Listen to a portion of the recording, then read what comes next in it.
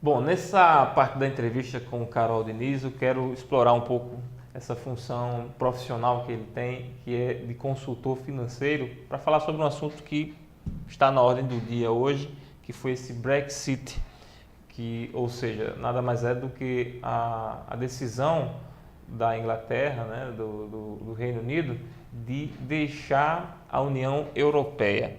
O que é que isso representa para a Inglaterra, Carol, e para a União Europeia, e qual o reflexo disso para países como o Brasil? Olha, isso é uma situação muito delicada, Alex, muito complexa, tá?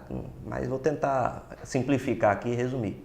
Primeiro ponto, vai gerar muito mais burocracia nos negócios entre a Inglaterra e a União Europeia, que vai continuar existindo. Então, barreiras de alfândega, mais impostos de importação, tanto de um lado como do outro, mais formulários, burocracia como a gente está tão acostumado a ver no Brasil, que já tinha sido diminuído pelo fato deles integrarem o mesmo bloco, apesar de não terem compartilhado as moedas. A Inglaterra sempre continuou com sua libra, né, e a Europa com o euro. Agora, como consequência disso, além de burocracia, tende a encarecimento dos produtos britânicos chegando na Europa e os europeus chegando no Reino Unido, já por consequência da burocracia em si, de novos impostos. E para países como o Brasil, talvez seja positivo no longo prazo, porque é mais fácil fazer um acordo com um único país do que fazer um acordo com um bloco inteiro. Isso foi um grande caos que foi gerado na economia brasileira, que se chama Mercosul. O Mercosul é um fracasso.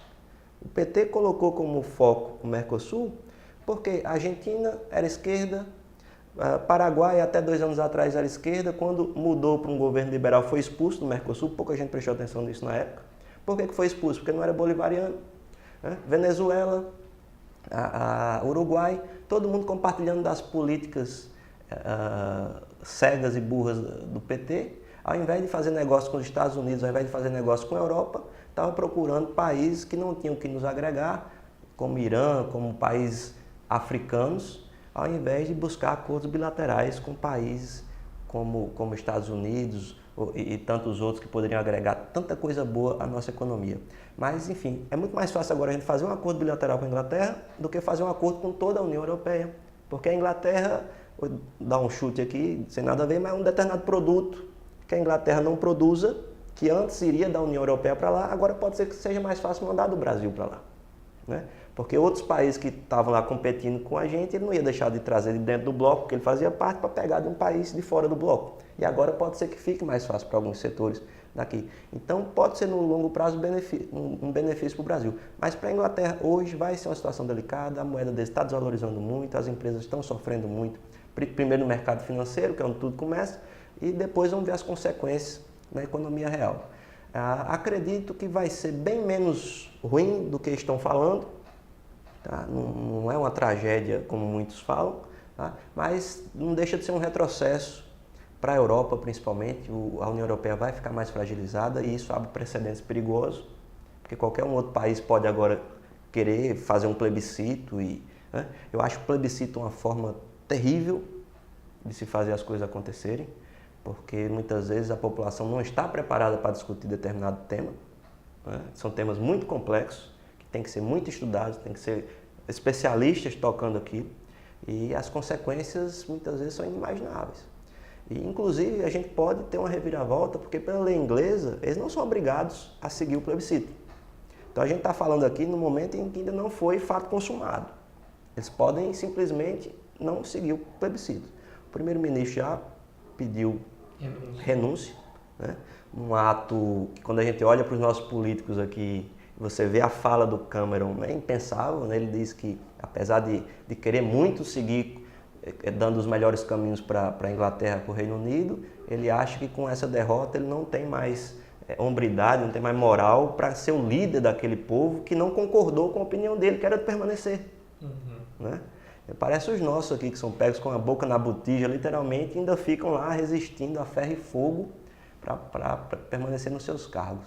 E fora a própria existência do Reino Unido, porque o Reino Unido é Inglaterra, Escócia, País de Gales, Irlanda, e o interior da Inglaterra, basicamente, foi quem votou pela saída. Londres em massa, votou pela permanência. Então foi aquele inglês mais tradicional, aquele inglês mais velho, mais conservador, talvez provavelmente por xenofobia, com medo dos imigrantes que têm o livre acesso à Inglaterra pela União Europeia, essa questão islâmica, que é outro fator muito complexo, mas que eu vejo como um benefício para a economia de longo prazo, porque o europeu tradicional não quer mais ter trabalhos mal remunerados, né? População já culturalmente muito estudada, a renda já muito alta, falta quem faça serviços básicos. É natural que o imigrante vindo de um país muito mais pobre se disponha a fazer e vai virar um novo consumidor, e isso vai ser bom para a economia. Num primeiro momento traz gastos, porque tem que dar educação para esse povo, tem que dar saúde, tem que dar segurança, tem que rever os conceitos de segurança, porque eles não estão acostumados com aquele padrão.